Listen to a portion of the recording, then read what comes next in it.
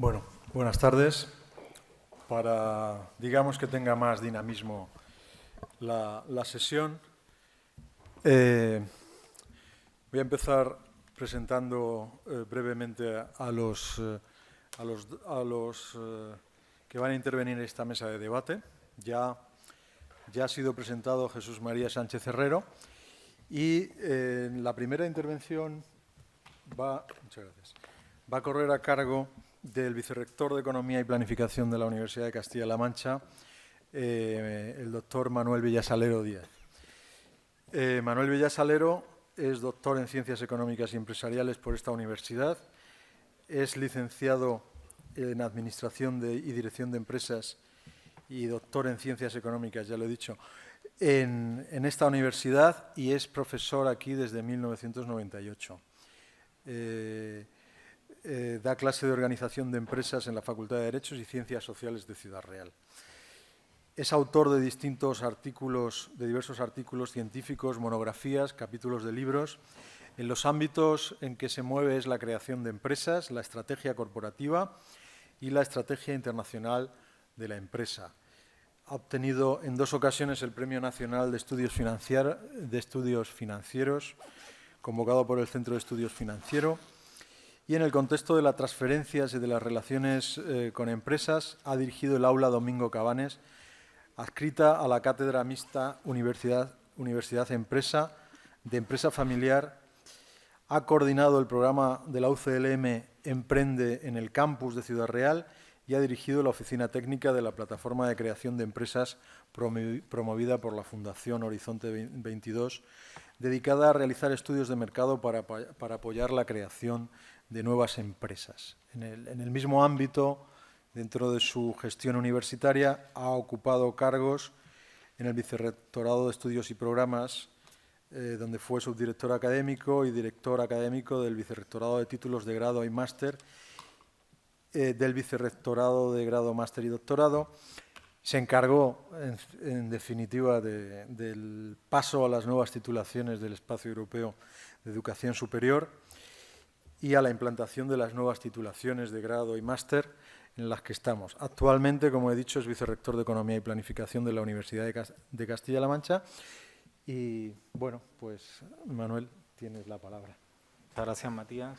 No era necesario hacer seguramente una presentación tan dilatada, que te agradezco. Agradezco igualmente a la Diputación la organización de este foro, que nos permite a todos reflexionar, discutir sobre el futuro de los jóvenes desde diferentes perspectivas o dimensiones. Me toca, en mi caso, referirme a la educación universitaria. Otros compañeros de esta misma mesa se ocuparán de otros niveles educativos, aunque seguramente todos tocaremos aspectos comunes referidos a la educación o el valor de la educación. Cuando me planteaba qué elementos de reflexión podíamos introducir en relación a la educación universitaria en España, bueno, pues me planteaba hacerlo desde una perspectiva sugerente que despierte el debate, la reflexión de los que estamos aquí presentes. Y sobre todo que responda a los destinatarios del foro, que son los jóvenes. Y la pregunta que me surgía es, bueno, ¿con qué universidad se van a encontrar los jóvenes que actualmente pueden iniciar sus estudios universitarios en España? ¿Qué universidad tienen los jóvenes en España? Es una pregunta que seguramente bueno, pues a todos ellos les interesa, pero que desde luego también nos interesan las universidades. ¿Y qué universidad se encuentran los jóvenes en España? En primer lugar, una universidad pública. La mayor parte del sistema universitario está constituido por universidades públicas. De hecho, la participación del sector privado en la educación superior universitaria es mínima y se ha dado la paradoja de que, aun habiéndose creado una gran cantidad de universidades privadas y que se encuentran actualmente en proceso de creación en distintas comunidades autónomas, la cuota de estudiantes de las universidades privadas ha disminuido. Es decir, tenemos un modelo fundamentalmente público. con todo lo que eso significa. Evidentemente, las universidades públicas prestamos los servicios de educación superior sin ánimo de lucro, por supuesto, desde la vocación del servicio público, que mueve a los profesores universitarios, y también eso supone un importante papel desde el punto de vista social. Un estudiante universitario en España abona aproximadamente el 80% del coste de sus estudios. Aproximadamente el 20%. El 80% corre a cargo de los impuestos.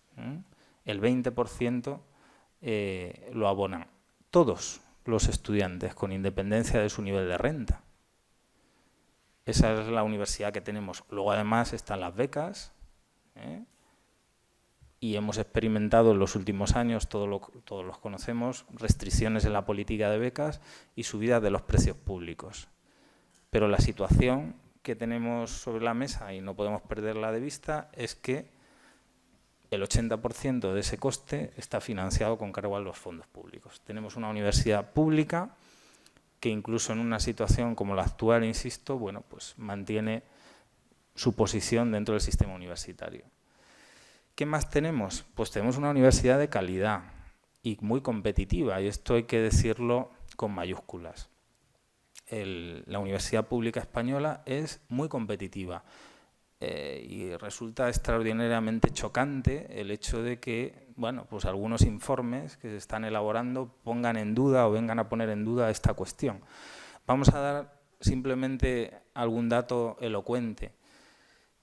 Una de las críticas que se realiza ahora es que en el famoso ranking de Shanghái, ya conocido ranking de Shanghái, solo hay 10 universidades españolas. El ranking recoge las 500 mejores universidades del mundo y allí se encuentran 10 universidades españolas. Entonces yo me preguntaba, bueno, ¿y cuántas? Vamos a mirar a las empresas. Vamos a mirar un ranking también de 500 empresas, las mejores empresas a nivel mundial. Entonces podemos mirar el Fortune o el Forbes. ¿Cuántas empresas españolas se encuentran entre las 500 mejores del mundo? Pues hay 8. Entonces hay 10 universidades públicas españolas entre las 500 mejores del mundo y hay 8 empresas españolas entre las mejores posicionadas en el mundo. Bueno, no estamos tan mal. Otro indicador relativo respecto a la competitividad de la universidad española es también bastante elocuente. Después de la situación de crisis que hemos sufrido, la economía española ocupa el 13º puesto en la tarta de la economía mundial. Llegamos a situarnos como la 9ª economía del mundo y la crisis nos ha puesto en la situación 13ª. Somos los 13º en términos de Producto Interior Bruto.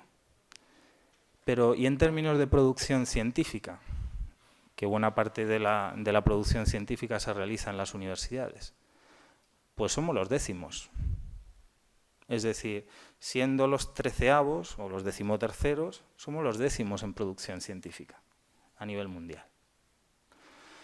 Hemos perdido 4 posiciones como economía y tan solo hemos perdido una posición en producción científica. Bueno, pues también son datos elocuentes, que dicen bastante de cuál es la competitividad del sistema universitario español.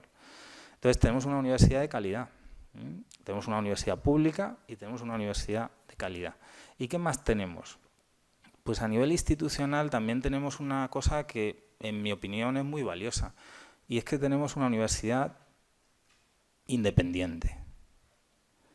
Con todo lo que esto significa, quedan muy pocos organismos independientes en las sociedades actuales. Incluso en nuestras sociedades democráticas, muy pocos organismos e instituciones independientes. Cuando me refiero a independientes es que no están controladas por el poder político. Las universidades se autorregulan. Sus rectores son elegidos democráticamente por la comunidad universitaria. Podremos discutir los porcentajes, las cuotas, y eso garantiza una independencia del poder político extremadamente valiosa, extremadamente sana en las sociedades actuales en las que vivimos. Tenemos universidades independientes y esa independencia, lógicamente, se traslada en que tenemos espacios plurales de libertad, de reflexión dentro de las universidades.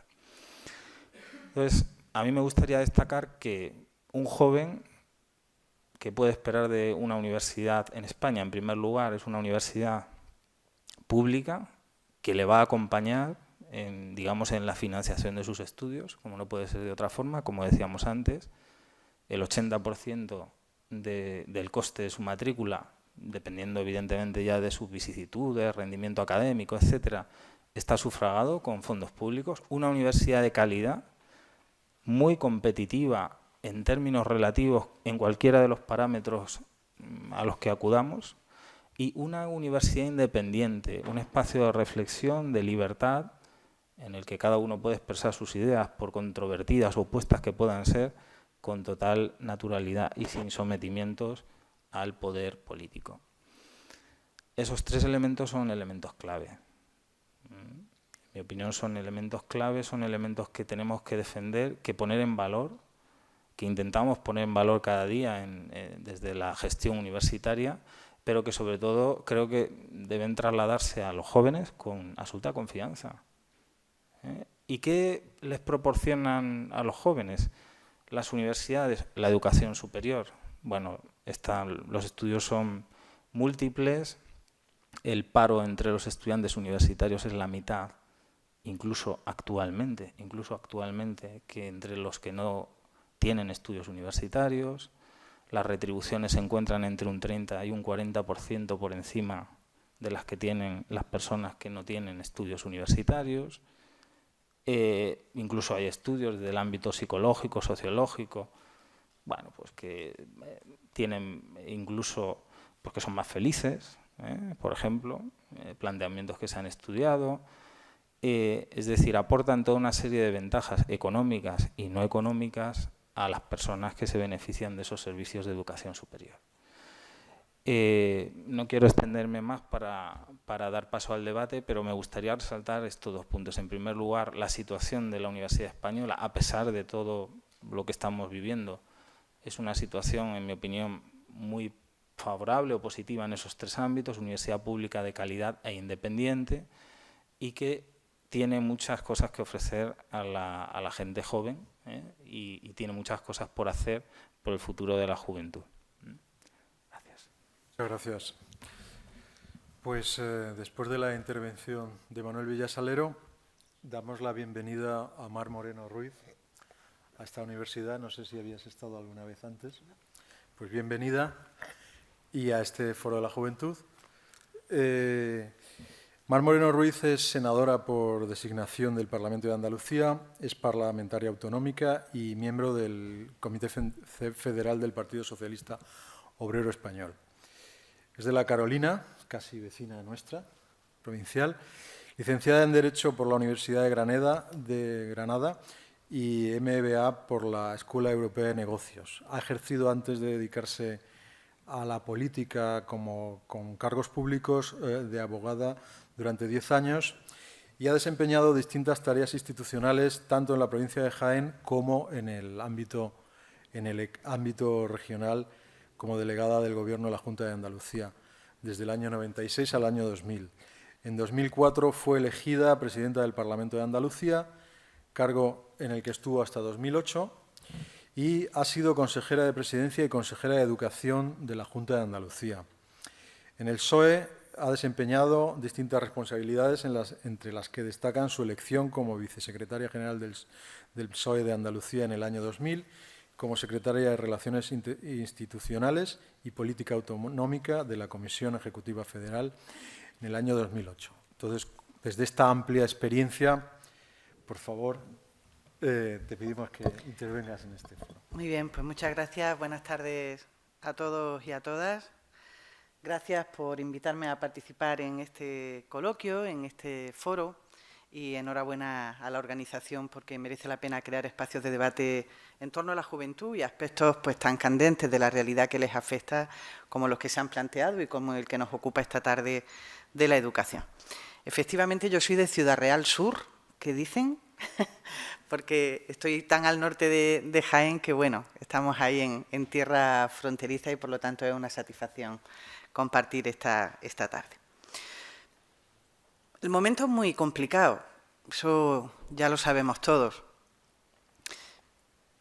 Tenemos un desempleo pues galopante que afecta de manera muy directa a la gente joven.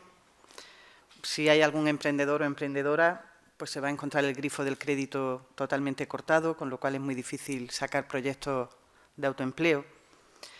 Y la verdad es que yo creo que nos enfrentamos a los problemas pues con tristeza y con cierto dolor, porque mucha gente joven puede tener un sentimiento como de ese sentirse uno estafado por lo que le contaron, pues porque si estudiabas y lo hacías bien, eso te iba a conducir pues a un desarrollo personal y profesional casi seguro. Y eso es un sentimiento pues que está anidando y que tiene mucho que ver también pues con esta crisis económica que se está convirtiendo en una crisis social, que tiene también un componente de crisis institucional y de crisis de la política tremendo, porque estamos hablando de realidades y también de sentimientos y de expectativas. Hay pocas generaciones que se hayan enfrentado a un cambio de expectativas tan radical, tan brutal, en tan pocos años como el de la generación de la gente joven actual, y por lo tanto eso hay que entenderlo, no solamente ocuparse, sino saber que estamos hablando de problemas reales y corrientes, pero también de un sentimiento que es fácil entender. Y yo por eso lo primero que quiero decir, empezaré y terminaré con eso, que ya se ha apuntado en la mesa, es que hay dos realidades que, pese a ser contrapuestas, no son contradictorias. Y es que, número uno, es verdad, hay ahora mismo 1 millón de parados y paradas con menos de 25 años, con una tasa que está disparada casi por encima del 55%. Por lo tanto, esa es una realidad dramática y real que conocéis muy bien los que estáis aquí y que conocemos todos, y todos tenemos en nuestro entorno personas afectadas de nuestra propia familia.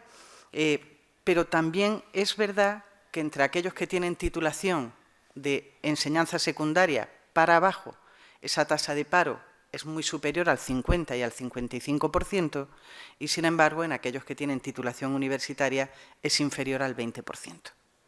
Eso sigue siendo verdad y por lo tanto merece la pena estudiar, merece la pena terminar los estudios, merece la pena la educación superior, porque sigue teniendo una vinculación con el empleo muy directa y muy importante. En el conjunto de la población, el paro de los universitarios de todas las edades es del 12%, frente a una tasa de paro general de casi el 30%, es decir, prácticamente la mitad. Se tiene el doble de oportunidades de encontrar un empleo con una titulación superior, además de las ventajas que ya se señalaban aquí, salariales, etcétera.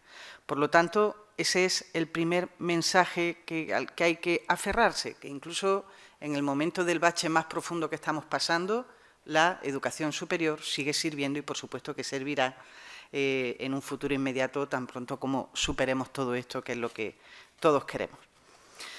Pero además de que la educación está directamente relacionada a las posibilidades de desarrollar una profesión y de tener un empleo, que lógicamente pues, es la preocupación ahora mismo que hay más a flor de piel de todo el mundo, la educación, como aquí se apuntaba en la primera conferencia que hemos escuchado, sirve para mucho más. Porque es verdad que la educación o una carrera universitaria, persiste la mosca ilustrada que nos acompaña esta tarde, es verdad que una carrera universitaria no está garantizado que nos lleve a ser lo que queremos ser. Ahora, desde luego, sin estudios, sin formación, sin titulaciones, casi es imposible que consigamos ser lo que queremos ser. Y desde ese punto de vista, la educación está en el corazón del desarrollo de las personas y en el propio corazón del desarrollo de las sociedades. Es la gran palanca de cambio para la vida de cualquiera a nivel individual y para la vida de la sociedad a nivel colectivo. Y creo además que la legislación que hemos tenido en España hasta todavía, hasta el próximo 20 de noviembre, en el que en el Senado se pretende... Es que... ya... el milagro que se ha producido en nuestro país gracias a la a la legislación educativa que tenemos, a mí me parece muy intenso y muy profundo. Ahora mismo, en España, casi el 40% de los titulados y tituladas universitarios son hijos e hijas de obreros sin una formación superior, de obreros manuales, es decir, del segmento medio-bajo de las clasificaciones tradicionales sociales. Ese es el porcentaje más alto de toda Europa. En Finlandia llega en torno a un 30%, en Francia el 19% de los titulados. Eso a mí me parece que es lo más potente que ha pasado en este país desde que empezó la democracia y me parece que justifica plenamente las leyes que hemos tenido hasta este momento, que han priorizado la universalización de la educación, la gratuidad, la financiación pública. Y a mí la imagen que se produce en Andalucía, que en muchas cosas es muy parecida a Castilla-La Mancha, pero la imagen cotidiana que podemos contemplar de ver a una abuela o a una madre jornalera abrazando a su hijo médico, eso es tan potente, eso es algo que tiene una fuerza de cambio social tan radical en una sola generación, es tan emotivo el pensar intelectualmente que leyes y educación pública, que la política transformada en decisiones correctas es capaz de producir ese cambio social tan radical en solo una generación, que precisamente ahora lo que duele es que esa foto, esa imagen, es la que está en jaque con las reformas y con los recortes que se están produciendo en el ámbito educativo. Veréis, no es casualidad, podríamos estar aquí, que luego me cortáis a mí la palabra cuando sea, porque esto es que da para tanto. Podríamos hablar de todo lo que está pasando en tan poco tiempo que no da tiempo a asimilarlo, porque soy yo que me dedico a la política y tengo responsabilidades públicas y yo tengo que llevar en una libreta todo lo que pasa al día porque soy incapaz de asimilar todos los cambios que produce el Boletín Oficial del Estado a diario. Y si le sumas el boletín de las comunidades autónomas que siguen ese cambio de modelo, ya es que te pierdes. Pero de entre todo lo que está pasando en salud, en justicia, en derechos y libertades, yo me quedo con dos reformas que son las que, en mi opinión, van de verdad al corazón del modelo social que hemos construido en España con mucho esfuerzo de todo el mundo a lo largo de estos últimos 30 o 40 años. Las dos reformas que, en mi opinión, son más dañinas, perjudiciales, las que van a cambiar el sistema, son la reforma laboral y la reforma educativa, porque las dos reformas tienen que ver con la emancipación de la gente y las dos reformas tienen además que ver con el cambio de modelo y el cambio de la igualdad de oportunidades. La reforma laboral, a mí no me preocupa que el despido esté ahora más caro o más barato. Hombre, me preocupa y me fastidia por la gente a la que le afecta, pero sé que es un gobierno, lo cambia en 5 minutos. Mañana hay otro gobierno y donde dice 30 días por año de servicio, otro pone 50 días, eso se cambia en un decreto. Pero la reforma laboral ha significado sobre todo la ruptura de la negociación colectiva, que es algo más profundo y a veces más difícil de explicar. La lucha larga de los sindicatos y de los trabajadores para intentar equiparar a los trabajadores al nivel de los empresarios sentados en una mesa de negociación de tú a tú, lo que un obrero individual jamás podría conseguir, que es mejorar sus condiciones de trabajo, lo ha conseguido la unión de los trabajadores, a través de los sindicatos y de la representación laboral que permitía en una mesa sentarse y conseguir una mejora en un convenio, una mejora en el horario, una mejora salarial, porque las leyes de negociación colectiva daban igualdad a la representación de los trabajadores y la representación de los empresarios. Pues eso se ha roto con la reforma laboral. Ahora mismo hay 2 millones de empleados en este país que ya se han quedado sin convenio colectivo. Y cuando uno no tiene convenio colectivo, mañana la empresa le dice, te voy a bajar un 30% del sueldo. Oiga, ¿cómo es que mi convenio? No, su convenio ya no vale. Mañana le voy a subir el horario, en vez de echar 7 horas y media, va a venir usted a echar 32 horas o 52 horas semanales. Oiga, es que mi convenio, no, es que su convenio ya no vale. Eso no lo arregla un gobierno con un decreto. El próximo gobierno, que ojalá resulte de las urnas y que a mí me gustaría que fuera progresista, eso no lo puede cambiar con un decreto. Esos son años de negociación colectiva que se dan al traste y volverá a tardarse mucho en el seno de cada empresa, año a año, negociación tras negociación, para recuperar las condiciones de trabajo que se han perdido de un plumazo en apenas un año. Pues esa es, por lo tanto, una reforma que va al corazón de la emancipación económica de las personas, y la Ley de Educación es la que va al corazón de la emancipación, no solo económica por la vinculación que tiene al empleo, sino sobre todo de la emancipación ciudadana, de la sociedad crítica, de la igualdad de oportunidades, de la posibilidad de cambio social, de la posibilidad de que la gente se mueva en la escala social, porque estábamos en un país donde lo que primaba era el apellido y las cuentas corrientes a la hora de acceder a una carrera o a un futuro, y ahora, desgraciadamente, volvemos a lo mismo. No hay otro horizonte en la reforma educativa que hacer del mérito los apellidos y de la capacidad la cuenta corriente de las familias. Cambiar un sistema educativo que servía para todos, con sus defectos y con todas las cosas que hay que arreglar, pero que ha permitido ese milagro de un 40% de titulados de familias humildes, normales y corrientes que jamás podrían costearse una educación privada, a volver a un sistema elitista y a un sistema que está convirtiendo el acceso a la enseñanza superior pues, en una especie de autopista de peaje para los que puedan y en una carretera secundaria para todos los demás. Y eso es muy profundo, porque dime el sistema educativo que hay en cualquier país y yo diré inmediatamente cuál es la sociedad que hay. Si hay un sistema educativo, el sistema educativo define si una sociedad es vertical u horizontal, si una sociedad es democrática o es autoritaria. El sistema educativo define si una sociedad es tradicional o es una sociedad abierta. El sistema educativo define, incluso en el sistema productivo, si es una sociedad que se basa en la internacionalización, en el conocimiento, en el valor añadido, o por el contrario es una sociedad hacia donde nos quieren llevar, basada en la competitividad, en los salarios bajos, dependiente económicamente, con poco valor añadido. Todo eso lo define el sistema educativo de un país. Y, por lo tanto, es muy serio lo que está pasando porque afecta de lleno al futuro de generaciones y de aplicarse esta ley, que yo creo que no va a dar tiempo a que se aplique y que se ha conseguido una unanimidad entre todos los grupos políticos de todo color. Solamente el Partido Popular ha convertido su mayoría absoluta en soledad absoluta a la hora de defender esta ley, y todos los grupos ya han acordado la inmediata derogación tan pronto lo permita un cambio parlamentario. Y, por lo tanto, yo espero que esta ley no llegue a materializarse, porque con esto pasa como con la reforma laboral.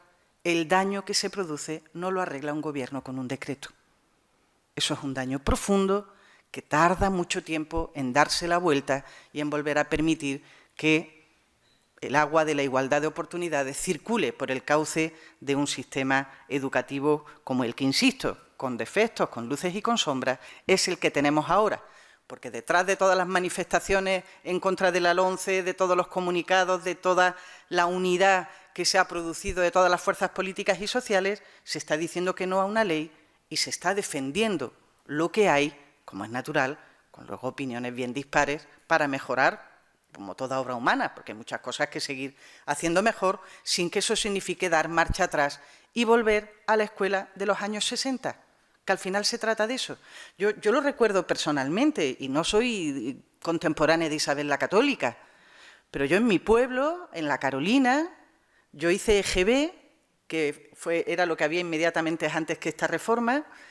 En mi aula empezamos 50 alumnos la EGB, y fuimos 4 a la universidad. Fuimos 4 a la universidad de mi pueblo. Hoy en día no tiene nada que ver la realidad. Y como hemos dicho, que la universidad y el título universitario te va a conducir inmediatamente a trabajar en tu especialidad y tal, no, eso nunca ha formado parte de la hoja de ruta, aunque normalmente conduce a ello.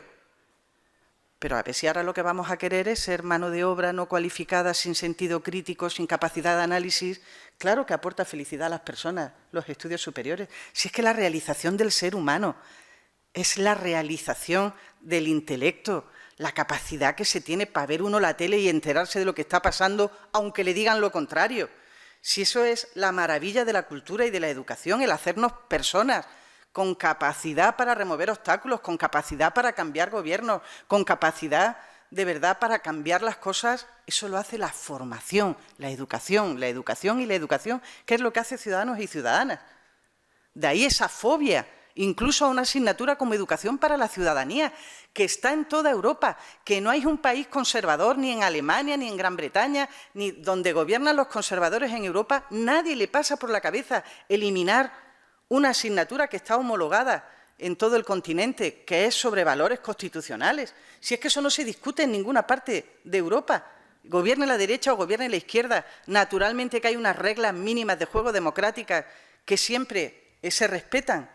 Y eso viene a pasar también en nuestro país, pues por un exceso de influencia también que sigue existiendo entre la derecha y bueno, pues la Iglesia Católica, que impone cantidad de cuestiones que son absolutamente ciencia ficción en otros lugares de nuestro entorno europeo.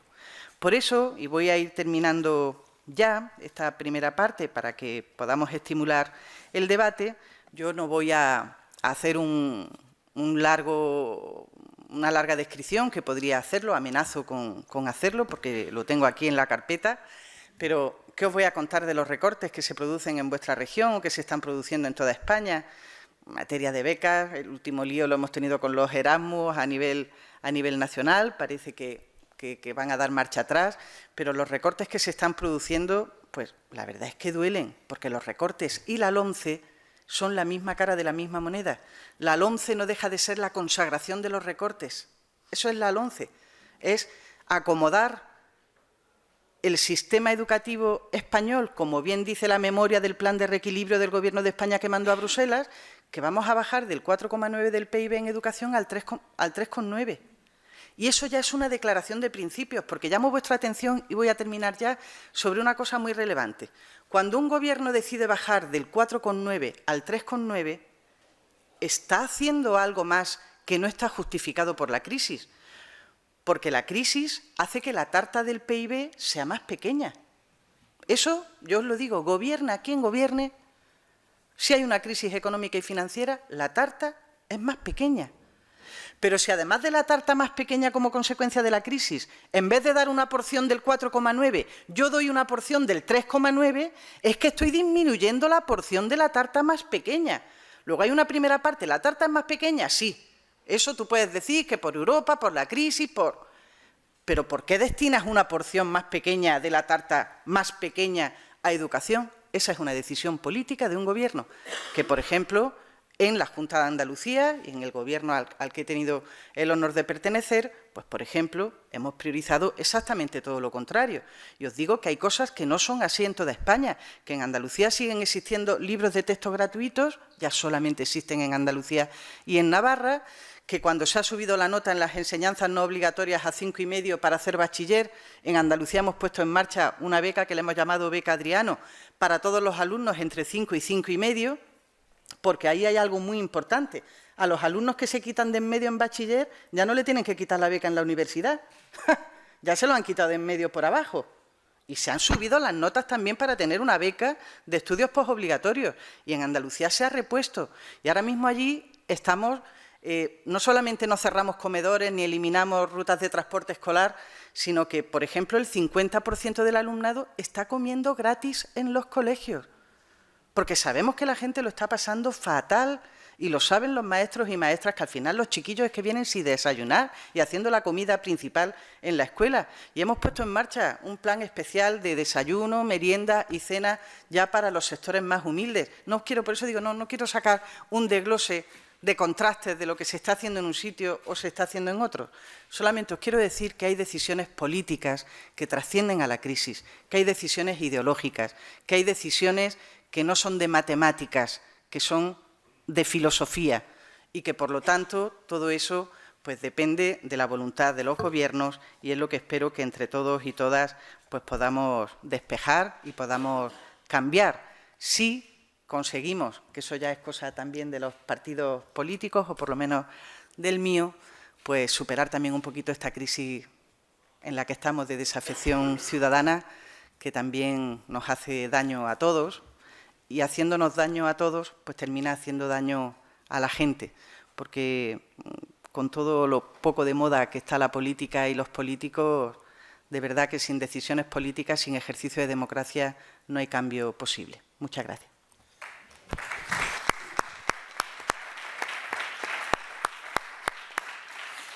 Pues muchas gracias, Mar. Yo creo que tenéis tarea por delante, los partidos políticos. Lamentablemente no va a haber, casi todas las intervenciones tenían un interlocutor que no está, que es el gobierno, los distintos gobiernos, ¿no? Estaba anunciada la presencia de Marcial Marín, pero a última hora no ha venido. Y probablemente sea una lástima no tener un contraste, pero yo creo que entre nosotros, sin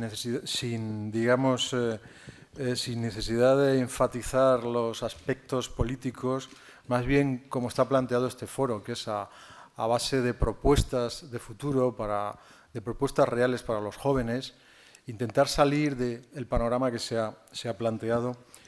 Hay una propuesta de democratización por parte del representante de CEAPA, una puesta en valor de la universidad pública competitiva, se dice de calidad, competitiva, ha dicho él, y una crítica de la situación política. Creo que es un panorama importante para dar el paso a los que queráis intervenir en esta mesa de debate. Si hay alguien entre el público que tenga alguna cuestión que hacer a alguna de las intervenciones concreta, o en fin, o si alguno de la mesa quiere matizar alguna cuestión de las que se han planteado, este es el momento. ¿Alguna? Hola, buenas tardes. Mi pregunta o mi indicación va referida sobre todo al tema de la formación profesional.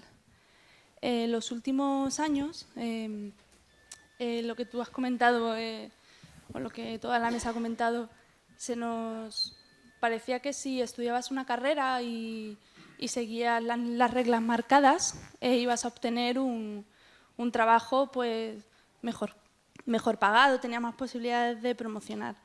Y posiblemente, mi opinión, no sé, ni lo he contrastado ni lo he investigado, pero posiblemente haya habido demasiada gente con carrera universitaria que no haya sido calculada o estimada para el nivel productivo que España tenía. Posiblemente ese es uno de los motivos por el que tantos licenciados o tanta gente joven con carrera universitaria ahora mismo no encuentre un puesto de esas características, y sin embargo la formación profesional parecía como que era la oveja negra. Uno de los motivos por el que daba esa sensación sobre todo era su vinculación a los institutos o al nivel educativo inferior. Yo he tenido la suerte de participar en un programa con formación, con gente de formación profesional, y muchos profesores me han comentado un poco esa preocupación o ese malestar, ¿no? de que la situación de la formación profesional no ha sido bien valorada en España, y posiblemente fuese una solución, porque todo el mundo terminaba el instituto o el bachillerato y decía, me voy a la universidad. ¿Por qué? Porque lo hace todo el mundo, porque es fácil, porque las notas de corte son, si no me dan en esta, me voy a esta que tengo un 5. Entonces, ¿no sería una posible vía darle un poco de valor a esa formación profesional y un poco hacer previsiones de la capacidad productiva de este país para que acoja a tantos licenciados, a tanta gente tan bien preparada? Sin, por supuesto, limitar el acceso a cualquier edad o procedencia social, eso por supuesto.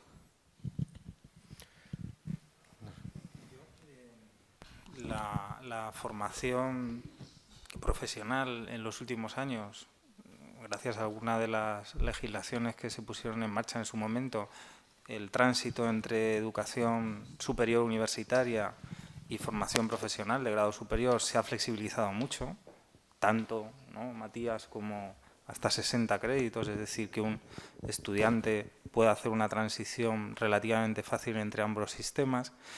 Pero sobre la reflexión que tú hacías en relación a hacer una planificación de, bueno, cuántos licenciados universitarios en una determinada especialidad necesita la economía de un país, eso que puede parecer una cosa, bueno, de sentido común, a primera vista razonable, en mi opinión, tiene un hándicap clave, y es que es un análisis estático del problema. Es decir, ¿no? ¿Cómo podemos estar preocupados porque haya muchos universitarios en este país? Lo que tenemos que estar preocupados es por qué el tejido productivo no los utiliza para hacer un tejido productivo más grande. Antes decía, por ejemplo, un ejemplo que somos la 10ª potencia mundial en producción científica. ¿Vale? Somos la 10ª potencia mundial en producción científica. Nuestra economía es la 13ª. Bueno, y resulta que nuestras empresas patentan, para ir a cuánto patentan nuestras empresas, cuánto conocimiento científico generado ponen en valor a través de innovaciones, nos tenemos que ir al puesto 20. Lo que está pasando es un problema de modelo productivo, es decir, no es tanto que tengamos que cortar ni la producción científica ni los titulados universitarios. Lo que tenemos que conseguir es que se pongan en valor esos conocimientos que son la base de un desarrollo basado en la economía del conocimiento y ese tejido productivo sea más grande, sea mayor. Entonces, dicho eso, evidentemente no tenemos ningún tipo de planteamiento en contra de la formación profesional.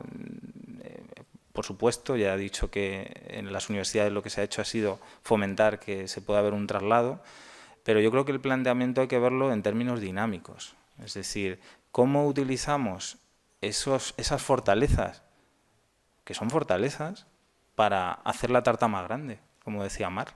Es decir, si aquí de lo que se trata, aparte de decisiones políticas, de cómo la partimos, es entre todos hacer la tarta más grande. Y eso hay que pensarlo en términos de cambio, no en términos de una planificación en un momento determinado. Un dato que me parece interesante y tiene mucho que ver con todo esto que estamos hablando. Sabéis que España ha firmado, como prácticamente todos los países de la Unión Europea, una cosa que se llama la Estrategia de Lisboa, los Objetivos 2020 para 2020, una serie de objetivos educativos. Pues lo que Europa es muy desigual, cada país pues tiene sus fortalezas y tiene sus debilidades. En los Objetivos 2020 de la Unión Europea está el que el 38% de la población sea titulada universitaria. España alcanzó en 2010 ese objetivo, pero es el objetivo de la Unión Europea. Hay países que lo han alcanzado ya y otros que no, que en el año 2020 la aspiración que tiene Europa es a que el 38% de la población sea universitaria. Lo digo porque son cosas medibles, es el objetivo que ha trazado la Unión Europea. Y ese, pues ya lo ha alcanzado España. Luego no parece que tengamos una población universitaria disparatada cuando es el objetivo que se propone la Unión Europea para los países que no lo tienen, que espabilen y que alcancen la tasa del 38-40% de alumnos universitarios. Pero, sin embargo, fijaros dónde está el truco. La formación profesional en España, y llevaba razón la persona que ha intervenido, tiene un porcentaje inferior al de los objetivos que está marcando la Unión Europea. Es decir, en España faltan titulaciones en formación profesional, ciclos formativos medios o superior. Luego, digamos, si hubiera una pizarra lo veríamos muy claro. En universitario estamos prácticamente en el objetivo de Lisboa. Luego eso no hay que tocarlo, porque estamos en lo que quiere la Unión Europea. En formación profesional estamos por debajo, luego hacen falta más profesionales. ¿Y dónde estamos por encima? Muy por encima, en abandono educativo.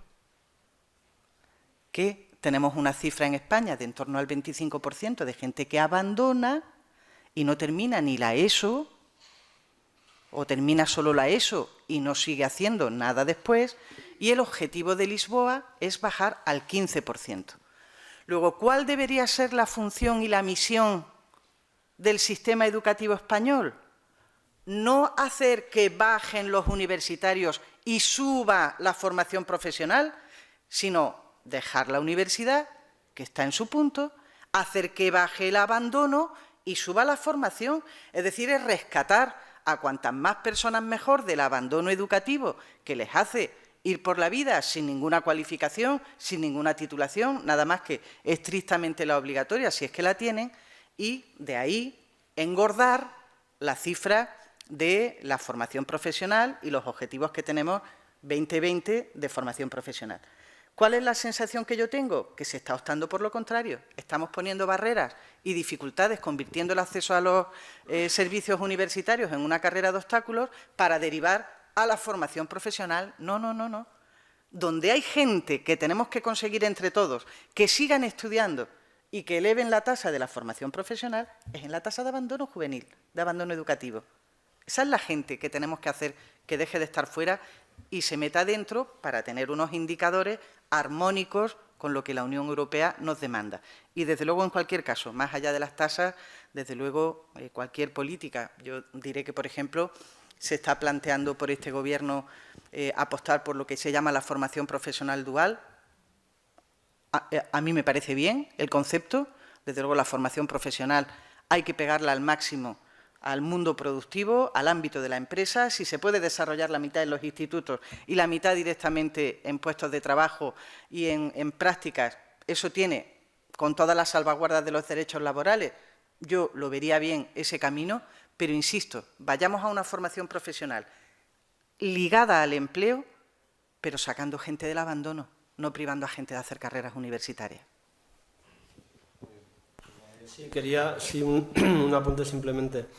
Coincido plenamente con lo que dice Mar, porque claro, aquí, ¿cómo llegamos aquí? Llegamos pues porque el Gobierno hace un análisis catastrofista del sistema educativo y dice que el sistema educativo es un fracaso cuando no es tal. Es decir, el fracaso ha sido el modelo productivo que ellos tanto en su momento apoyaron, y eso hizo que muchos chicos y muchas chicas abandonasen el sistema educativo porque la empleabilidad era muy fácil. Es decir, llegamos a tener tasas de desempleo del 3%, prácticamente había empleo total, es decir, no había paro, y esto hizo que muchos chicos y muchas chicas abandonasen las aulas, con lo cual ahora mismo hay una cantidad de abandono escolar muy importante y que están intentando volver a las aulas. Están encontrando muchísimas dificultades porque no existen muchas plazas y sobre todo en formación profesional, en los ciclos formativos de grado medio y grado superior. Yo, como bien dice ella, me parece que en titulaciones universitarias hemos avanzado muchísimo, es decir, yo no comparto la idea de que hemos tenido 30 años de leyes socialistas en materia educativa que han sido un desastre, no es así. Solamente hay que ver las cifras. En 1970 había 300.000 universitarios y ahora mismo estamos en torno al 1.500.000, 1.600.000 universitarios, y las titulaciones, bueno, pues en torno han aumentado más de un 40%, con lo cual yo creo que ahí estamos bien. ¿Qué es, bajo nuestra opinión, qué es lo que se debería hacer? Nosotros entendemos que la familia de la formación profesional se debería de ampliar, ¿no? Es decir, deberían de existir ligados a las nuevas tecnologías, a las energías renovables, es decir, a una serie de cuestiones que antes no las había, ¿no? Porque básicamente desde siempre pues toda la formación profesional ha ido muy ligada a los mecanizados, a temas, ¿no? Pero hoy en el siglo XXI esto ya, pues bueno, esto ha progresado muchísimo y el abanico puede ser mucho más amplio y ahí se puede aprovechar mucho más. Creo que se debe hacer una apuesta decidida por la formación profesional. No comparto mucho la idea de la formación profesional dual, porque en Alemania, que es pionera en los informes que existen internacionales, tampoco es que sea la panacea. Nosotros tenemos contratos en práctica dentro de la formación profesional que cubren bastante bien este tema y que se hace esa formación ya dual, ¿no? De prácticas en las empresas y formación teórica. Porque nosotros nos tememos que con la que está cayendo esto pueda servir para tener contratos en precario de muchos estudiantes que a la vez trabajan en empresas en una supuesta formación. Muchas gracias. ¿Una intervención? Sí. Hola, buenas tardes. Gracias a todos los componentes de la mesa. Y en principio querría dirigirme a Jesús, intentando acordarme de unas palabras que ha dicho antes Ángel Caballero. Yo también últimamente he tenido la suerte de ser profesor y de ser también padre de alumno, con lo cual la organización de CEAPA no me pilla como muy lejos. En tu intervención has tenido como muchas participación y democracia, es decir, han sido como las dos notas características de tu intervención. Como no está el representante de la Administración, de la Consejería, vamos a olvidarnos de lo que están proponiendo y mi pregunta va dirigida a ti. Es decir, ¿nos podríamos sentir conformes con la participación y la democracia que teníamos con la LOE? Es decir, si hubiese que hacer un libro blanco sobre la LOE, ¿sería esa una de las características fundamentales? Para el representante de la universidad quería decirle que las notas características que él ha dado las puedo compartir prácticamente. Hay una que no me gusta, que es la de la competitividad. Yo no creo que la universidad tenga que ser competitiva. La universidad debe de formar a individuos para que sean, como dice Mar, ciudadanos y ciudadanas. Y luego después, pues que cada uno pueda encontrar su sitio en el trabajo. Y creo que falta una, que ha sido la de que la universidad ha sabido, con gobiernos socialistas, descentralizarse y llegar a casi todos los domicilios.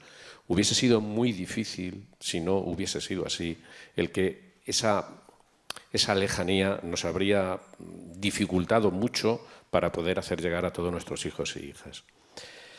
A Mar, decirle una cosa. Últimamente se ha comentado mucho, sobre todo en la escuela española, que qué ocurre en Andalucía. ¿Cómo es que en los años que lleva gobernando en solitario el PSOE haya habido tantas personas dedicadas a responsabilizarse en la Consejería de Educación? Es decir, como mínimo han sido por lo menos 8. Es decir, es que es la Consejería del Cambio. Es decir, y última pregunta para ti. ¿El plan B con V ha quedado invalidado al dejar tú la consejería?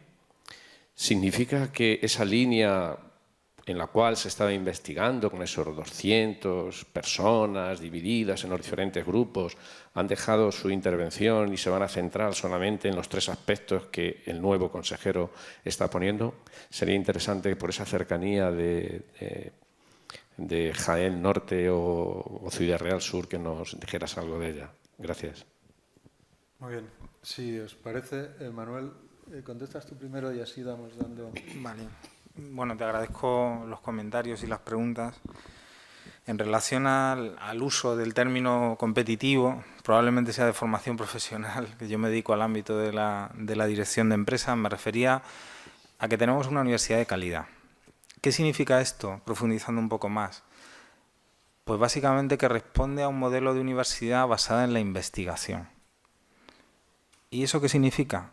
Que no solo transmitimos conocimiento, sino que generamos y transmitimos el conocimiento generado.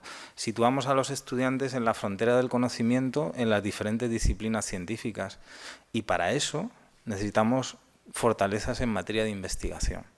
Antes decía que las universidades privadas no están consiguiendo penetrar ni coger cuota de mercado. Su modelo, el de la universidad privada, es que solo transmiten conocimientos, no los generan. El otro día, bueno, algún representante de personas muy reconocidas en el ámbito de la educación se referían a que las universidades no pueden ser tituladeros, ni academias. Es decir, y a eso me refiero cuando hablo de competitividad.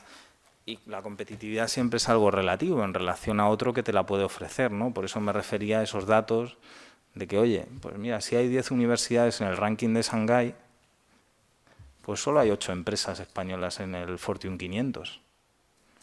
Bueno, pues eso nos da una pista de... Y si somos la 10ª potencia en producción científica, resulta que la economía española es la 13ª. A eso me refería en términos de competitividad, pero en todo caso calidad. Y estoy de acuerdo contigo en la descentralización. Aquí se ha utilizado el cliché de que había muchas universidades en España. Y se ha criminalizado el tema de que había muchas universidades en España. Bueno, pues si miramos aquellos países que tienen un mayor nivel de desarrollo y miramos cuántas universidades en función de la población tienen, resulta que en España faltan universidades. Faltan universidades si nos vamos a esos ratios reales. Pero efectivamente se ha hecho un ejercicio de descentralización y por tanto de acceso a la educación superior que desde luego también hay que poner en valor. En eso estoy de acuerdo contigo. Gracias. Gracias. Mar, a ti te han Sí, hecho preguntas muy directas. Sí, muy brevemente en cuanto a la primera parte, no son tantos cambios después de Cándida Martínez, que fue consejera 8 años, que fue En Andalucía creo que, bueno, esto es muy particular, pero lo habréis visto por las noticias, hemos pasado como 4 años un poco movidos, porque tuvimos cambio de presidente, se fue Manuel Chávez y llegó Pepe Griñán, después hemos vuelto a tener cambio de presidente, se ha marchado Pepe Griñán y ha entrado de presidenta, ha sido elegida Susana Díaz, en fin, eso, un gobierno de coalición, etcétera. Pues la verdad es que ha habido bastante crisis de gobierno en los últimos 4 años y se ve en educación como se ve en otros ámbitos de gobierno. Parte de los cambios de educación yo he protagonizado 2 porque he sido consejera 2 veces, o sea que en fin, que afortunadamente por encima de las personas y por encima de los consejeros están los presidentes y ha sido una línea siempre absolutamente maestra, una viga maestra, porque no sé, yo creo que si hay algo que en Andalucía teníamos hambre de algo, era de educación. Eso allí es lo más, porque éramos una tierra, en fin, pues por lo que ha sido Andalucía en el pasado, pues de jornaleros, de muy poca cualificación de los recursos humanos, jamás se había invertido en educación en Andalucía y yo creo que forma parte del sentimiento autonómico allí, forma parte el sentimiento, las ganas de superación y de que a nivel de educación y de formación se produjera un cambio en el futuro de los hijos, fue la gran motivación que tuvieron los padres, ¿no? que apostaron por la autonomía y por lo tanto aquello allí se vive pues con bastante intensidad y así lo está viviendo este gobierno, con lo cual, como digo, sigue siendo una viga maestra más allá de que haya un cambio o no de consejeros. Y con respecto al plan B, que explicaré muy brevemente el plan B con V, que era un juego de palabras, era el plan A, era que no se aprobara la LOMCE, pero si se aprueba, pues poner en marcha un plan B.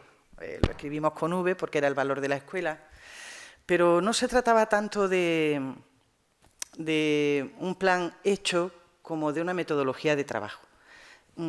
Creo que se comentaba por el presidente de las asociaciones de padres y de madres, cuando hablaba de la democracia al principio de su intervención. Ningún gobierno, y la democracia no consiste en que haya varitas mágicas para solucionar los problemas. No creo que existan varitas mágicas. Pero a veces tan importante es qué hacemos como contestar a la pregunta de cómo lo hacemos. Y ahí la respuesta de la democracia es muy distinta a la de cualquier otro régimen, ¿no? Por eso es tan llamativo que ahora mismo pues, no se haya abierto un debate, no se escucha a nadie, que se apruebe una ley educativa que es tan mollar y tan transversal en una sociedad sin el mínimo consenso. Y el plan B lo que pretendía es que todo el ámbito de decisión que corresponda a la comunidad autónoma en el desarrollo de la LOMCE no lo decidiera en solitario el Gobierno, sino que lo decidiera la comunidad educativa, abriendo un debate sobre cada uno de los puntos donde las comunidades autónomas tendrán que tomar decisión. A mí me consta que el plan va a seguir adelante, que se está trabajando en esos foros y estoy segura de que va a haber continuidad, llámese de un nombre u otro, en la idea de trabajar con la comunidad educativa, porque creo e insisto en que la democracia no es ir a votar cada 4 años y consiste en intentar pues, tomar decisiones muy pegados a la gente. No para hacer, yo esto ya termino porque es una posición personal, no creo que la política tenga que hacer seguidismo de lo que piensa la mayoría, creo que la política es ejercer un liderazgo y hay que mojarse. Y creo que muchas veces si estamos en una crisis de la política es porque faltan liderazgos que digan yo es que creo que hay que tirar por allí, aunque me equivoque, pero que alguien diga, hombre, parece que alguien dice algo y puedo ir detrás. No demoscópicamente a ver lo que piensa la gente, entonces hago yo lo que diga la gente. Mañana la gente dice, pues una locura y tienes que hacer una locura. No, hace falta liderazgo, guiar, tener visiones. Pero, desde luego, las mejores son las que proceden de escuchar mucho. Escuchar mucho a muchos expertos, escuchar mucho a la gente que padece o disfruta los servicios públicos, escuchar mucho y después dirigir. Eso es lo que creo que estamos intentando hacer allí con respecto a la aplicación de la LOMCE. Gracias. Jesús María. Sí. Gracias. Es un placer volverte a ver aquí, un compañero de CEAPAS, de verdad. Bueno, a tu pregunta, vamos a ver, ¿sabes? La LOE se aprobó en el año 2006 y en el año 2008 CEAPA ya hizo un documento en el cual pedía que se hiciesen ciertas reformas, ¿no? Sobre todo en temas de participación, porque nosotros entendíamos que no se nos daba la suficiente participación a las familias como la que nosotros entendíamos que deberíamos de tener, y a lo largo de todo este proceso y de todos estos años hemos seguido reivindicando esa más participación de las familias dentro de los centros educativos. Uno de los ejemplos, el Consejo Escolar de Centro, órgano director, ¿no? Máximo órgano de gestión y control de un centro educativo, las familias teníamos y tenemos las competencias que tenemos, que son más bien escasas. Es decir, un grado de satisfactorio en cuanto a la participación, incluso con la LOE, no la hemos tenido como nosotros hubiésemos querido. Pero ahora bien, nos encontramos en una situación, que esta pregunta muchas veces me la hacen, pero de otra manera, ¿no? Nos encontramos en una situación en la cual la LOMCE nos ofrece algo que sí que acaba ya con toda la participación, incluso del profesorado. Es decir, a nosotros nos dicen, ¿y a vosotros qué más os da que el Consejo Escolar del Centro tenga competencias o sea solamente un órgano consultivo y no sea y sus acuerdos no se lleven a la práctica? Pues sí, nos importa, porque es una pérdida de valor democrático de la sociedad. Por lo tanto, como demócratas, como ciudadanos, nos importa. La democratización de los centros, en este sentido, nos importa. Nos preocupa muchísimo la potestad que esta ley, esta reforma, la LOMCE, le va a dar a los directores de los centros. Es decir, se van a convertir en una dirección gerentizada, que van a poder contratar profesores, que van a poder despedir profesores, que van en determinadas, es decir, en definitiva, van a ejercer una dirección empresarial dentro de un centro educativo público. Es decir, dentro de un centro educativo que se sostiene con dinero público, donde la familia. Entonces, nosotros creemos que antes no teníamos toda la participación y toda la democracia en el sentido que nosotros queríamos, pero ahora mismo es decir, la situación, el mapa que se nos dibuja es muy, muy negativo comparado con lo que teníamos anteriormente. Lógicamente, en esa supuesta rivalidad en la que algunos nos quieren envolver a profesores y a familias con el único fin de desvirtuar nuestra lucha, ¿no? en cuanto a la defensa de la escuela pública y de seguir teniendo este concepto, ¿no? de participación, creo que quien lo hace se equivoca, porque no va a lograr su objetivo. Por lo tanto, nosotros participación sí, democracia sí. Dentro de los centros educativos nunca ha habido toda la que nosotros hemos querido, ni participación ni democracia, pero ahora esto está en serio peligro y, lógicamente, a partir, si se aprueba y si nosotros creemos que no se va a poner a la práctica, su implantación no va a suceder. Por lo tanto, no nos preocupa mucho en este sentido, pero sí que nos preocuparía que esto se llevase a cabo, porque terminaría con toda la participación de las familias, y todos sabemos que cualquier ley educativa, cualquier modificación educativa, cualquier proyecto educativo que deje de lado a las familias es un fracaso garantizado. Por lo tanto, ya te digo que no hemos tenido nunca toda la participación, y tú lo sabes, que has vivido el mundo asociativo de padres y madres, nunca hemos tenido esa participación deseada que todos hemos deseado en todos los momentos. Por varios motivos, no solamente los centros, sino también desde nuestras empresas, en fin, de una serie de cuestiones. Sabéis que recientemente, hace unos años, celebramos un congreso con CAPA y CEAPA, las dos confederaciones, la Católica de Centros Concertados y CEAPA, en este sentido, ¿no? de pedir al Gobierno más participación, más participación de las familias dentro de los consejos escolares, dentro de la vida de los centros. Es decir, que no estuviésemos vistos ahí como extraños, ¿no? Como alguien que interrumpe, que llega allí, ¿no? Es decir, nosotros vamos y hacemos planteamientos serios. Nosotros no nos sentamos en el consejo escolar para calentar la silla. Nosotros no estamos de acuerdo en que el director nos diga el 20% de los alumnos de quinto y el no sé qué de sexto ha suspendido, no ha sacado una nota que nosotros estemos muy de acuerdo con ella. Vale, muy bien, pero aquí no se acaba el consejo escolar. Vamos a hablar, vamos a poner en práctica, vamos a dar nuestra opinión y vamos a dar temas para que esto se pueda solucionar de alguna manera. En ese sentido, yo creo que hay una pérdida importante, ¿no? de la participación de las familias con esta nueva reforma, y bueno, si tal y como está planteada la LOE, lógicamente, pues esto era muy superior a lo que ahora mismo se nos está ofreciendo, ¿no? Muy bien, muchas gracias. ¿Alguna otra intervención? Sí. Adelante. Bien, yo un poco por el tema de la formación profesional. Yo, bueno, he sido alumno de formación profesional, tengo la suerte de ser técnico superior y creo que el problema es que durante muchos años la FP se ha visto como que eran los que no querían estudiar. Más, yo incluso estudié, bueno, el Maestre de Calatrava, conocido aquí en Ciudad Real como el Politécnico. Automoción, chapa y pintura, etcétera, etcétera. Por poner así historias de viejuno, una de las chicas que estaba en automoción, pues la gente decía, es que no ha querido estudiar, es que no sé qué. Era hija de mecánico y se habría criado entre tuercas y motores. Y quería estudiar lo que había vivido desde pequeña. Eso ya saliendo de lo que era el tema del San Benito que se le podía poner a la FP. Cuando estudias FP y estás en bachillerato, bueno, yo siempre he querido estudiar FP, no sé por qué será así, y estabas en bachillerato y los profesores podían llegar a nombrar veces contadas, 18 o 20 veces la selectividad. Es decir, bachillerato no está enfocado o no tiene la posibilidad de la gente que va a la FP.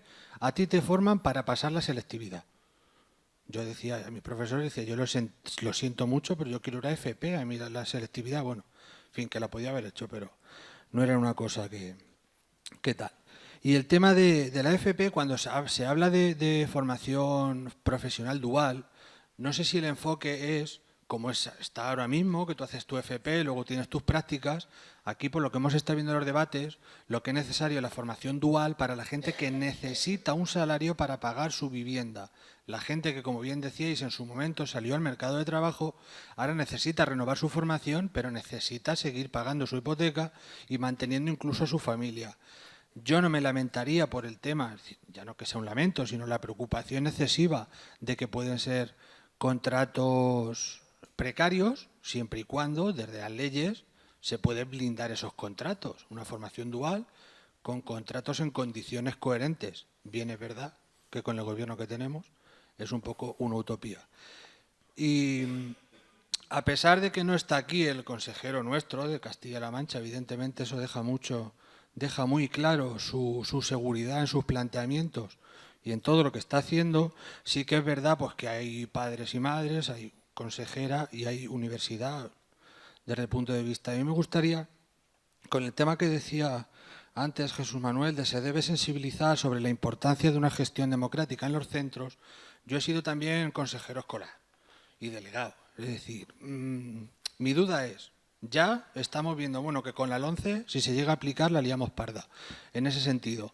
Pero durante todos estos años, desde todos los ámbitos, se ha estado fomentando de verdad la participación del alumnado en todos esos ámbitos. O sea, desde el punto de vista de los delegados, que sea una figura coherente, una figura necesaria, dinámica, los consejeros escolares en los centros, los consejeros en los ayuntamientos, los miembros del claustro, o sea, todos los órganos de participación que pueden tener los estudiantes, yo siempre los he visto vacíos. Es decir, yo era un consejero escolar y había 2 o 3 plazas vacías, en el ayuntamiento igual, tanto de privada, de pública. ¿Se ha estado fomentando eso o simplemente ha sido teoría que, bueno, están ahí? Bien es verdad que creo que el enfoque muchas veces ha sido todo está en los libros, evidentemente te das cuenta que no, pero me gustaría saber eso. Muy bien, muchas gracias. ¿Alguien tiene...? Sí, a ver, ya lo decía anteriormente, es decir, la participación, tanto por parte del alumnado como por las familias, no es la que alguien que tiene esas inquietudes dentro del movimiento asociativo hubiese sido la deseada. Nunca se ha dado por parte prácticamente de nadie en ese sentido. Claro que se ha trabajado, yo te hablo desde mi representación, es decir, desde CEAPA. CEAPA ha trabajado mucho en conseguir la participación de las familias. Es decir, el alumnado, lógicamente, tiene otras organizaciones en las cuales está estructurado y está organizado, y corresponde a esas organizaciones elaborar las estrategias y los trabajos que crean oportunos para esa participación. Pero nosotros desde las familias familias sí que lo hemos hecho y lo seguimos haciendo, aun a sabiendas de lo que puede pasar. Nosotros siempre hemos visto con buenos ojos la participación del alumnado, ¿no? Tanto en el Consejo Escolar del Centro, como en el Consejo Escolar del Estado, como en los consejos escolares autonómicos, como el delegado de clase, como delegado de aula, como, es decir, en todos los sentidos. Pero claro, es decir, en algo, en una estructura que nos es ajena a las familias, que es más propia del propio alumnado, ese trabajo corresponde a otros. Nunca los resultados son los óptimos, es decir, nosotros vemos que cada vez pues el movimiento asociativo de padres y madres, y más con la que está cayendo, con la falta de financiación. Es decir, ten en cuenta que ahora mismo hay muchos presidentes de federaciones y confederaciones que tienen pendientes querellas judiciales por despidos improcedentes, por impagos de alquiler de las sedes, etcétera, ¿no? Es decir, vivimos un momento muy difícil. La organización CEAPA, la Confederación Española de Asociaciones, está en grave riesgo, es decir, sus ingresos en subvenciones se han disminuido más de un 80% en los últimos años. Es decir, se nos hace muy difícil nuestra subsistencia.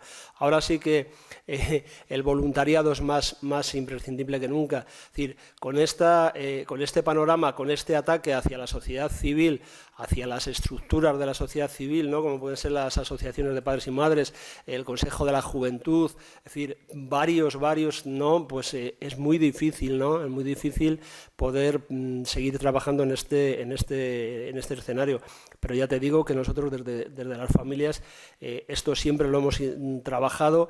Otra cosa es que hayamos tenido buenos o malos resultados, porque lógicamente ya eso depende de la implicación que tenga cada persona, cada padre, cada madre en el mundo, ¿no? Educativo. ¿Quieres intervenir? Sí, tenemos tiempo. Yo creo que... No, si era dar un apunte porque me resultaba sugerente el planteamiento y es que vamos al nudo gordiano de las cosas. Al final no nos engañemos, más allá de que la ley, por supuesto, supone un retroceso en los derechos de participación de las familias en la escuela, pero los padres y las madres votan poco cuando llegan las elecciones, y yo lo sé por experiencia, pero poquísimo. Y a veces nos gastamos una pasta en publicidad de las elecciones a consejos escolares, y los niveles no pasan de un 15%, un 15, un 18 es una fiesta, pero no. ¿Cuánta gente está afiliada a sindicatos? ¿Cuánta gente milita en partidos políticos? ¿Cuánta gente aquí? A lo mejor hay personas que participan más, porque de hecho estáis participando aquí esta tarde, y a lo mejor aquí hay un público que ya tiene una inclinación mayor a lo colectivo, pero no nos engañemos. El nudo gordiano del corazón del ejercicio cívico de una democracia está en esa doble tendencia a la que yo creo que se nos somete cotidianamente. Hay una pulsión continua entre el sentido individual de la vida y el colectivo, pero es que cuántas cosas recibimos a través no de la escuela, sino de los medios de comunicación, a través de las películas, a través de todos los agentes de socialización. Preocúpate de lo tuyo, ve a lo tuyo, tú a lo tuyo, tú a lo tuyo. Ese es un concepto de la vida, y lo colectivo es, vamos a arrimar el hombro, que entre todos podemos hacer las cosas mejor. Pero es que pasa igual entre la competitividad y la cooperación. Vamos a competir, porque esto es un juego de suma cero, o vamos a cooperar, que la tarta puede crecer, y mucho para todos. Y esa es una pulsión en los seres humanos y en el modelo de sociedad, que es lo que tenemos que construir entre todos, con un poquito de autocrítica, no solamente crítica a lo que hacen los demás, que al final ponemos verde al presidente de la asociación de vecinos por la fiesta del barrio, pero que el hombre se ha preocupado de estar todo el fin de semana ahí dando la cara y organizando lo colectivo, que hasta en un bloque de vecinos todos no pueden ir a cambiar la luz, tienen que encargarse una gente. Entonces, ese es un nudo gordiano, y no pasa solo en el movimiento de padres y madres. La participación es un reto pendiente de una democracia joven, de una democracia que no, como ya hemos dicho antes, no coinciden en ir a votar hace 4 años, sino que una sociedad fuerte, vertebrada, con movimientos fuertes, pues mucho más potente. Y creo que todo eso se intenta adormecer por errores propios de las instituciones y también de los partidos políticos y por una línea clarísima para convertir a los ciudadanos en individuos, que no es lo mismo individuo que ciudadano. Muchas gracias. No sé si hay tiempo para alguna propuesta más. ¿Hay alguien ha pedido la palabra? Muy rápidamente, te lo ruego. A ver, para el representante de la universidad, yo te querría preguntar si, desde tu punto de vista, la universidad, con los últimos retoques que ha tenido del Plan Bolonia y demás, está lo suficientemente preparada como para seguir haciendo licenciados y personas que se vayan incorporando como ciudadanos o como personas al mundo del trabajo, o por el contrario, habría que hacer algunos retoques. Por ejemplo, si estamos hablando de educación, de la universidad salen los futuros maestros y los futuros profesores. Poniéndonos en el caso de los profesores, por ejemplo, últimamente se ha hecho ese máster que puede ser como el pequeño MIR de sanidad. ¿Está la universidad contenta con ello? Y para Mar, una pregunta muy corta. ¿La comunidad andaluza se haría cargo del recorte de la ayuda a Erasmus si le tocase? Yo sé que no estás en la competencia de educación, pero sería una apuesta dentro de ese paso adelante que nos has comentado que tiene la comunidad. Gracias. Bueno, en relación al tema del Plan Bolonia. El Plan Bolonia era un proyecto muy ambicioso que suponía precisamente hacer una formación universitaria más práctica, más aplicada, que sin perder toda la base conceptual que lógicamente tienen que tener las titulaciones universitarias, permitiera aproximarse desde la universidad al ámbito de aplicación correspondiente a los estudiantes universitarios. Y eso implicaba más recursos. Y nos metemos en el Plan Bolonia en un momento donde justamente golpea la crisis económica y no hay recursos. Entonces los resultados del Plan Bolonia, bueno, pues habrá que valorarlos en su momento, precisamente no ahora, porque se ha hecho de la forma en que se ha podido hacer en una situación con una reducción dramática de los recursos destinados a la educación universitaria. Yo creo que, en términos generales, el planteamiento que había iba en la buena dirección, pero probablemente su eficacia ha quedado muy condicionada por los recursos disponibles para abordarlo. En relación, por ejemplo, al tema del máster de educación secundaria, bueno, creo que fue una iniciativa que sustituía al antiguo CAP, ¿no?, que se formalizaba, se incorporaba en el esquema de Bolonia, pero tú has dado en la clave. Decías, es como o intentaba ser como el MIR de sanidad. No lo es. Y quizás en esa dirección habría que reformarlo.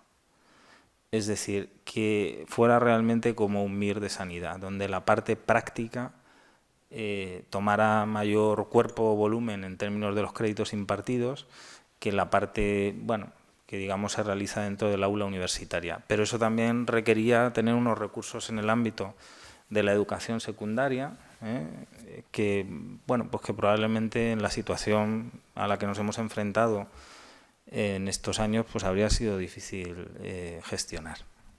Gracias. Muy telegráficamente, la verdad es que ignoro lo que va a hacer el Gobierno, eso le corresponde al Gobierno, como comprenderéis, y no creo que se vaya a abrir esa posibilidad porque parece ser que han dado marcha atrás por la presión tan intensa que se ha producido en estos 2 días con el tema de Erasmus. Simplemente señalar, insisto, no sé lo que hubiera hecho o lo que hará el Gobierno andaluz ante un caso como este, sí que es que no quiero ser pesada con eso, pero que al final es verdad que se está haciendo un esfuerzo muy significativo, que se ha hecho un esfuerzo en gratuidad de libros de texto, en comedores escolares, en becas para los estudiantes de posobligatoria, no se ha cerrado un colegio rural, se mantienen las bonificaciones en escuelas infantiles, o sea, se está haciendo un esfuerzo presupuestario enorme en materia de plantilla, que es la comunidad autónoma con menos pérdida de profesorado, como consecuencia del decreto BERT y en general, con lo cual el esfuerzo es muy grande el que se está haciendo. No sé cuál hubiera sido la respuesta del Gobierno ante este nuevo recorte. Y termino porque si no, no lo puedo.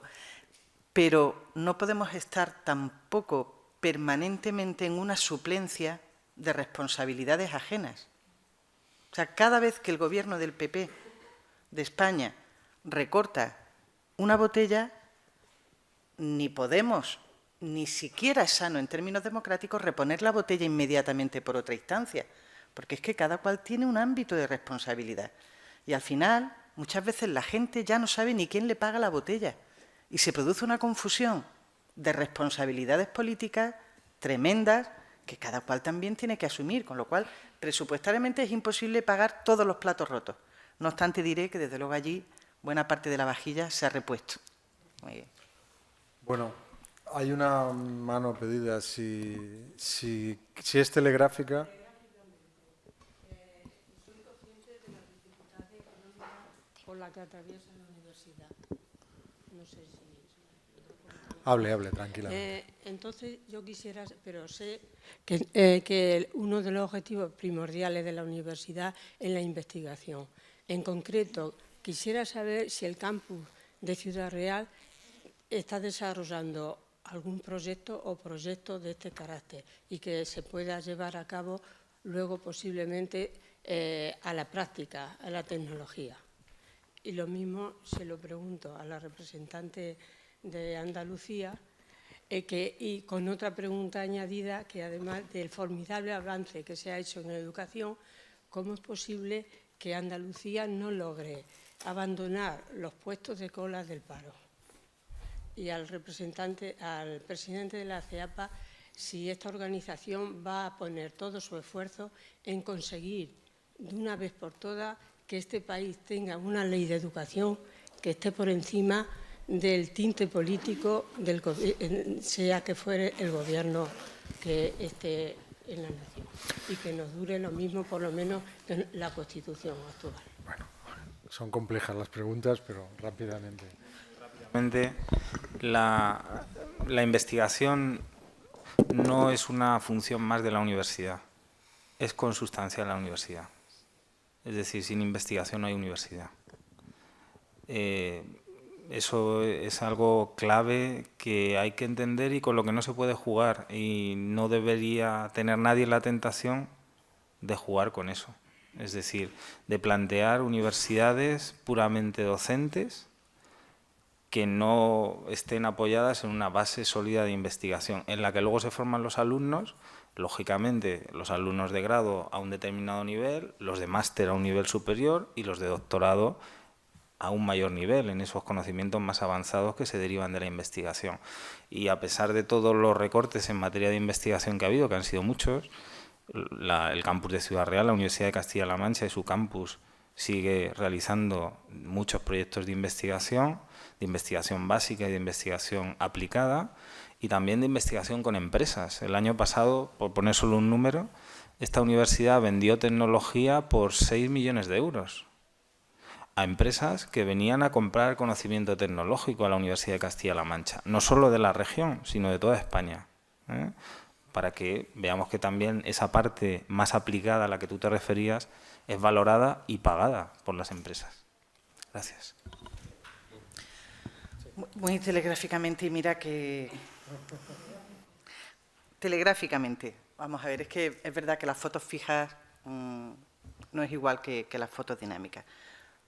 Muy brevemente, vamos a ver, Andalucía hace 30 años tenía las constantes vitales de una sociedad subdesarrollada, más propia del norte de África que del sur de Europa, caracterizada por dos cosas fundamentales, dos aspectos. Uno, la población activa femenina era prácticamente inexistente, es decir, las mujeres no trabajaban remuneradamente. Segundo, sector primario totalmente descompensado con el resto de sectores, había un predominio de la actividad agraria en contra, o sea, frente a la industrial o el sector servicios. Y tercero, mano de obra no cualificada. Eran las tres características propias, insisto, de las economías subdesarrolladas. En 30 años eso ha cambiado radicalmente. la población activa femenina ahora mismo es equiparable a la del conjunto del país, el nivel de cualificación de la gente que no se consigue de un día para otro, sino con unas pocas décadas por medio, hoy es homologable al del conjunto de España y hemos hecho casi una reconversión no industrial, sino agraria. Hoy el peso de la agricultura en Andalucía sigue siendo superior al del conjunto del país, pero ya no duplica al siguiente. Prácticamente está acompasado al potente sector de servicios, turismo, etcétera. ¿Por qué digo esto? Pues porque al final, en 30 años de desarrollo autonómico, hemos pasado de ser los mejores de los países subdesarrollados a estar un poco a la cola, pero con magnitudes homologables a las de nuestro entorno. Eso es un poco lo que define cómo se ha producido el cambio y añadiría simplemente una cosa, que también la población joven y el comportamiento demográfico de Andalucía sigue siendo muy potente. Somos una tierra que sigue creciendo demográficamente y eso sube el nivel de la población activa y el desempleo frente a otros territorios que hay en España, donde la demografía y la población está envejeciendo prácticamente sin gente joven que se incorpora al sistema. Muchas gracias. Antes de darle la palabra a Jesús María y aprovechando mi condición de moderador, veo que contra el sistema se está de acuerdo. Me gustaría, si fuera posible que las fuerzas políticas que se han puesto de acuerdo para impugnar la LOMCE, tal vez podrían hacer el esfuerzo, un poco con la pregunta que te acaban de hacer, de generar un modelo de educación que realmente sea compatible por la mayoría de esas fuerzas y sobre todo por la mayoría de la sociedad. Me parece que sería un apunte importante. Todos sabemos que la ONCE se va a derogar si llegan al poder otras fuerzas, pero ¿a cambio de qué? ¿Otra vez la LOE? En fin, yo creo que trabajar antes estaría bien. Y aquí te dejo la respuesta, que era un poco en ese sentido, ¿no? Te voy a responder a esto último que preguntas, porque, vamos a ver, dentro de la plataforma en defensa de la escuela pública, las organizaciones que la integramos, ¿no? Sindicatos de trabajadores y trabajadoras de la enseñanza, padres, Movimiento de Renovación Pedagógica, estudiantes. Lógicamente decimos no a la LOMCE, pero vamos a decir qué es lo que queremos. Para ello, en este mes vamos a celebrar un congreso de educación en el cual vamos a dar nuestra alternativa. CEAPA ya la dio. Es decir, como organización, cuando nosotros fuimos llamados al Ministerio, donde se nos presentó un borrador, una hoja de ruta, ¿no?, por donde iba a transitar este proyecto de ley, nosotros ya hicimos 40 propuestas muy concretas, no al Ministerio, que está en el cesto de los papeles, lógicamente, porque no han hecho ningún caso, pero claro, fíjate, no han hecho ningún caso en el Ministerio, pero resulta que en el último pleno del Consejo Escolar del Estado nosotros las metimos como mejoras dentro del plan general y fueron aprobadas de las 40, 37. Quiero decir que aquí o el Ministerio no se entera o no lee las cosas, o por el contrario, el Consejo Escolar del Estado tiene otra valoración de los temas. Por lo tanto, nosotros sí vamos a decir qué es lo que queremos. En respuesta a la pregunta que hacías, CEAPA siempre saldrá en defensa de la escuela pública, como no puede ser de otra manera. Nadie, creo que ninguna otra organización ha querido tanto un pacto por la educación como CEAPA. Lo demostró con el último gabinete ministerial, con Ángel Gabilondo, cuando se propuso el pacto en educación, ¿no? Nosotros, a ese pacto social en el cual participábamos, lógicamente apostamos por él porque entendemos que es necesario para las familias, es necesario para el sistema educativo y es necesario para la sociedad. Pero claro, nosotros ponemos una premisa. Nosotros sí queremos un pacto educativo, pero previo el blindaje de la escuela pública. Es decir, la escuela pública no puede quedar a merced de los mercados, no puede quedar a merced de gobiernos neoliberales que, como se está viendo, lo que quieren es acabar con ella. Es decir, claramente quieren terminar con la educación pública como concepto de herramienta de ascenso social para las clases más desfavorecidas de este país. En ese sentido, nosotros, lógicamente, nadie como nosotros lo desea. En el último minuto del juego, del partido, ¿no?, como le gusta hablar al ministro de partidos de fútbol, el Partido Popular, sabedor de las encuestas que le daban una mayoría absoluta, se levantó de la mesa y no hubo pacto. Por lo tanto, esa responsabilidad los padres no la tenemos, me imagino que el Partido Socialista y los otros partidos políticos que ahí estaban, pues tampoco, y quien la tiene es quien la tiene y quien hoy nos está aplicando este rodillo y esta reforma ideológica, porque no es otra cosa, nada más que una reforma ideológica, porque es que yo estoy convencido, es decir, en la LOE hay muchos aspectos que se pueden mejorar, pero a mí se me tiene que explicar muy bien para que yo entienda cómo, con la misma normativa básica del Estado, en la Comunidad Balear se dan unos resultados en educación y en Rioja o en Castilla y León o en Asturias o en otras comunidades se dan otros completamente opuestos. Es decir, la ley sirve, claro que hay que mejorarla. ¿Qué es lo que pasa? ¿Qué es lo que está pasando? Algo, es decir, la gestión, los gestores de la educación en las distintas comunidades educativas, algo deben de estar haciendo mal. Por lo tanto, no era necesario este cambio de ley, no era necesario para nada. Bueno, pues lamento haber introducido un tema nuevo porque no vamos a poder responderlo. Se quedan tantas preguntas en el aire, me dicen que tenemos que cortar y simplemente agradecer a los que habéis participado en la mesa y en el público en este foro, que yo creo que ha sido muy interesante, que se han abierto muchas líneas de pensamiento sobre la educación y sobre la formación, sobre el futuro, mucha crítica y nada más. Muchas gracias a todos.